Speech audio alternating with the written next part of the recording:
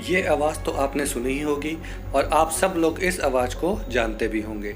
ये आवाज़ है हाई हील्स की। वर्तमान समय में हील्स बहुत ही फेमस है। महिलाएं अपने आप को प्रभावशाली और आकर्षक दिखने के लिए इनका प्रयोग कर रही हैं। लेकिन ये जानकर आप हैरान हो जाएंगे कि हील्स का निर्माण महिलाओं के लिए नहीं बल्कि पुरुषों के लिए हुआ था। फिर आखिर ऐसा क्या हुआ कि पुरुषों ने छोड़कर इसे महिलाओं ने पहनना शुरू कर दिया। आज हम लोग अपनी इस वीडियो में इस बात को जानेंगे कि पुरुषों के लिए बनाई गई हील्स को पुरुषों ने छोड़कर महिलाओं ने पहनना क्यों शुरू कर दिया। जिसने भी इस चैनल को सब्सक्राइब नहीं किया है वो चैनल को सब्सक्राइब कर ले और वीडियो को लाइक करना बिल्कुल भी ना भूले। टिक-टॉक हाई हील्स पहनने के अपने कुछ कायदे होते हैं। ये हील्स पहनकर आप गीली ज़मीन, पहाड़ या पथरीली सड़क पर आराम से नहीं चल सकते। ऐसे में ये साफ हो जाता है कि इन्हें बनाने का कुछ विशेष मकसद ज़रूर था। 15वीं और 16वीं शताब्दी में कई युद्ध हुए। देशों ने अपने राज्य की सीमाओं का विस्तार करना शुरू कर दिया। ईरान और पर्शिया भी उसमें शामिल थे। ईरान और पर्शिया की सेनाओं में घुड़सवार ज़्यादा होते थे और इसके लिए एक अच्छा घुड़सवार होना आवश्यक था। ऊंची हील्स के जूते सदियों से घुड़सवारों के लिए बनाए जाते थे, क्योंकि घोड़े पर बैठकर तीर चलाते समय ये ऊंची हील्स उसे घोड़े के रकाब पर पकड़ देती थी।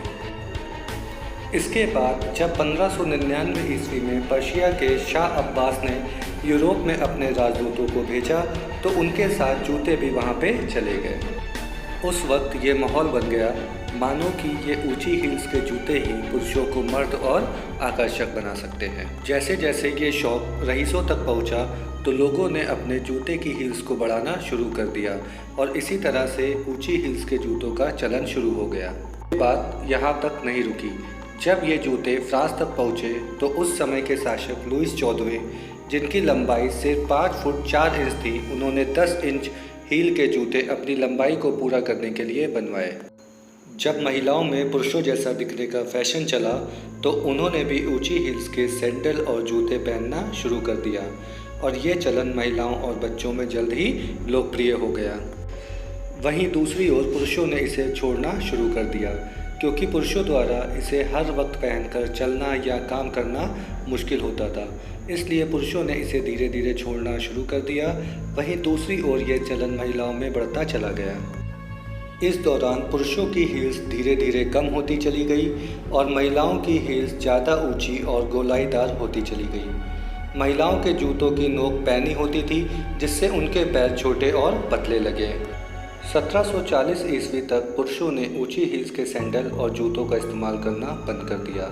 इसके 50 साल बाद महिलाओं के पैरों से भी ये धीरे धीरे गायब हो गए। 19वीं सदी में फ़ोटोग्राफी महिलाओं की छवि और फैशन को निर्धारित कर रही थी। 19वीं सदी के मध्य में ऊंची हील्स के जूतों का चलन वापस लौट आया। उसके बाद से हील्स का स्वरूप समय समय पर बदलता रहा, लेकिन उनका वजूद खत्म नहीं हुआ। ऊंची हील्स के सैंडल और जूते पहनने से आपकी सेहत पर भी बुरा असर पड़ता है।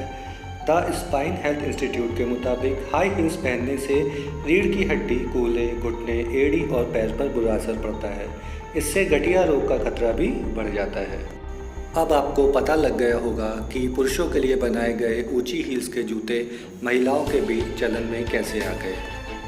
अगर आपको ये वीडियो पसंद आई है तो हमारे चैनल को सब्सक्राइब जरूर करें और इस वीडियो को लाइक करना बिल्कुल भी ना भूलें। Thank you.